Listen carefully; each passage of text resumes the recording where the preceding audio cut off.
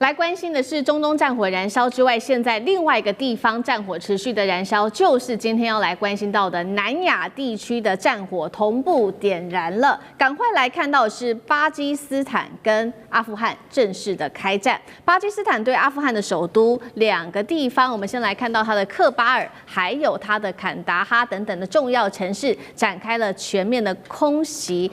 主要的冲突核心还是2点哦。第一点就是这个是殖民时代画下的杜兰线。第二个事情就是有关于俾路支的问题，常年牵动的分离的一个势力。赶快来看一下，过去几年双方都是小打小闹，没有想到这一次巴基斯坦就开始直接宣布进入了战争，进入了一个开战的动态。那么现在的战机如何？来自于巴基斯坦跟阿富汗双方都有自己的说法。巴基斯坦说了，他击毙300名阿富汗士兵跟武装的势力。那么塔利班最高领袖跟多名的高级官员更在空袭中身亡了，这是来自于巴基斯坦的说法。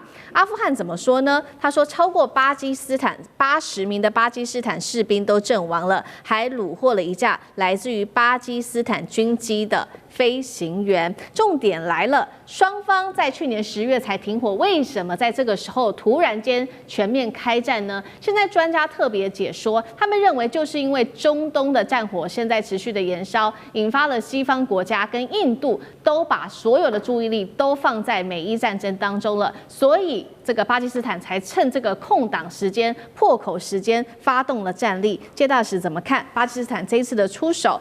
主要的关键？对，当然就是时机啦。不过巴基斯坦的这个外长啊，前一阵子啊，突然出现在印度，跑到印度去访问了，就是公开跟印度怎么讲？好像是联手，这个对巴基斯坦来讲是无法接受的。所以巴基斯坦在打这个阿富汗的时候，他也特别指责了印度，他说印度是这个地区的一个乱源。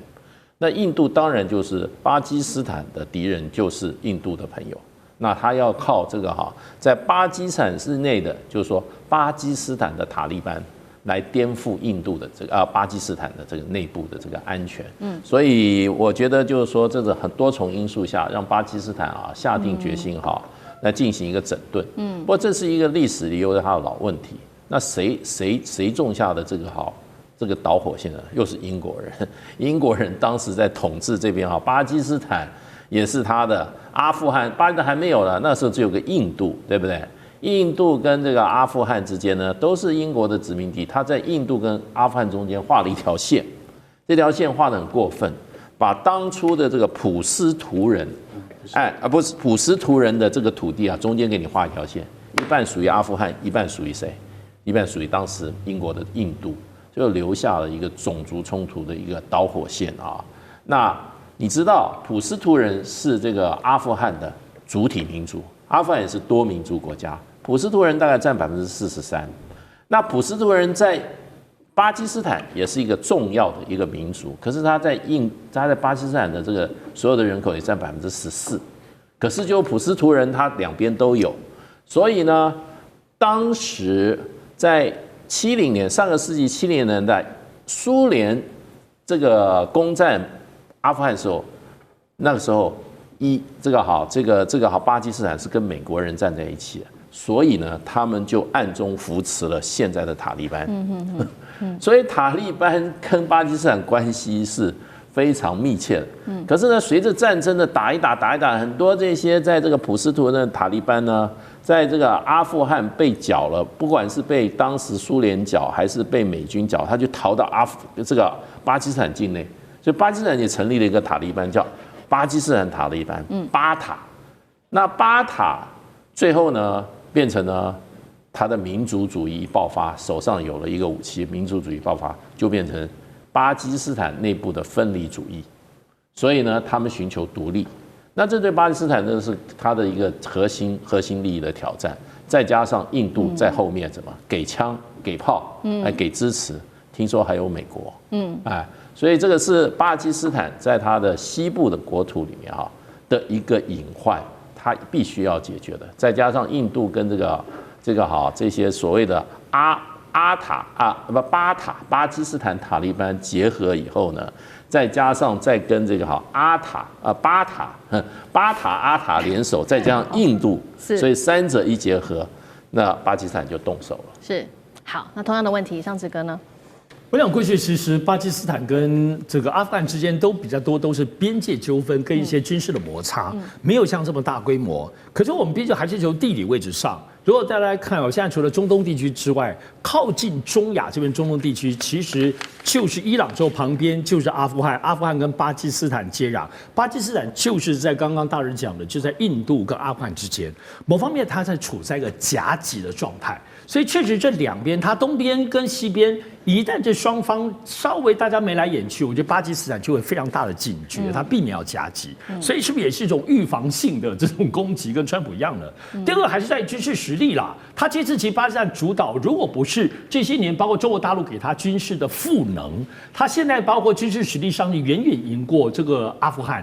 阿富汗现在不算是一个过往我们思考当中国家的这样的军事实力。塔利班政权在美国之后把阿富汗其实丢在一边之后呢，它里头就野蛮生长，也并没有在经济或经贸乃至军事实力上当中，这10几年来是一个系统性的成长，还是有一点就是你知道就是这种所谓这种野战的状态。所以巴基斯坦相对来说真的是正规军哦，所以这次打阿富汗为什么打的真的是摧枯拉朽？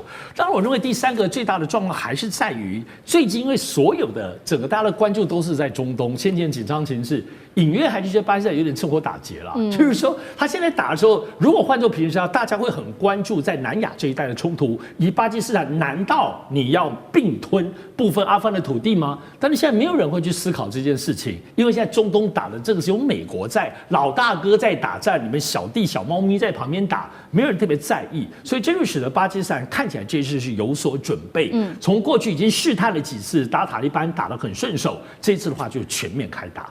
好，那我们也来稍微比一下目前的战力，就是巴基斯坦跟阿富汗的战力其实是远远胜于阿富汗的。尤其我们要来看到现役军人的数量，巴基斯坦66万名现役军人，那阿富汗17万。再来就是装甲车的数量，巴基斯坦有6000多辆。装甲车。那么我们来看到阿富汗，它是使用的是老旧的苏联时代的存量，主要就是战机了。我们来看到巴基斯坦有465架作战的飞机，那包含了枭龙，还有美军的 F-16跟幻象等等。但是我们看到阿富汗没有任何战机，只有6架飞机、23架直升机。再来，重点是巴基斯坦拥有核武，有170枚的核弹头。干哥怎么看？阿富汗会不会危险了？不是，我们不能用他们2个国家的边境冲突，都是回教国家，都是穆斯林，他们2个人他们的对打是不同量级的，不要搞错。巴基斯坦他的敌人是谁？是印度。印度是什么样的国家？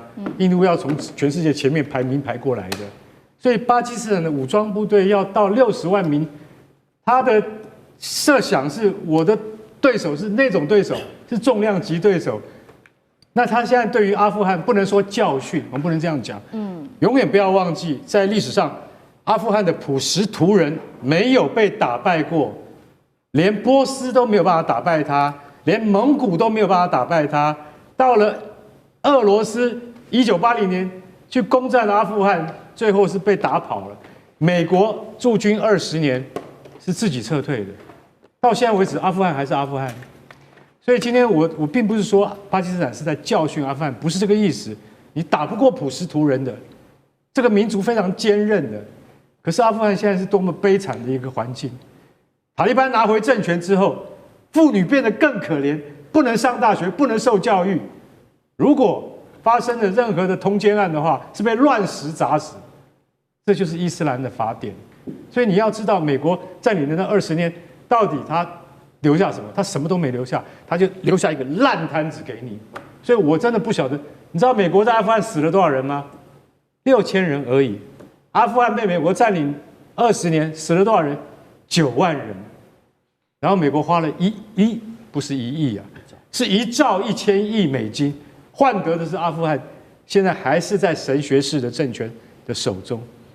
所以我真的很觉得巴基斯坦跟阿富汗之间的边界冲突真的老实讲一句，对于世人一点帮助都没有。是怎么样让阿富汗从这个它就像伊朗一样嘛，所以你知道伊朗已经30年没有买过一架新飞机了。我今天特别带来，没有买过一架新飞机，伊朗已经没有买过一架新飞机，阿富汗是50年没有新飞机，所以怎么打？他没有办法跟你打，但你不要打他，你占不到便宜。我是觉得伊朗跟阿富汗同样都有那种历史上的那种，就是宿命啊，就是悲惨的宿命。他们是很优秀，但是他们是在现在很可怜。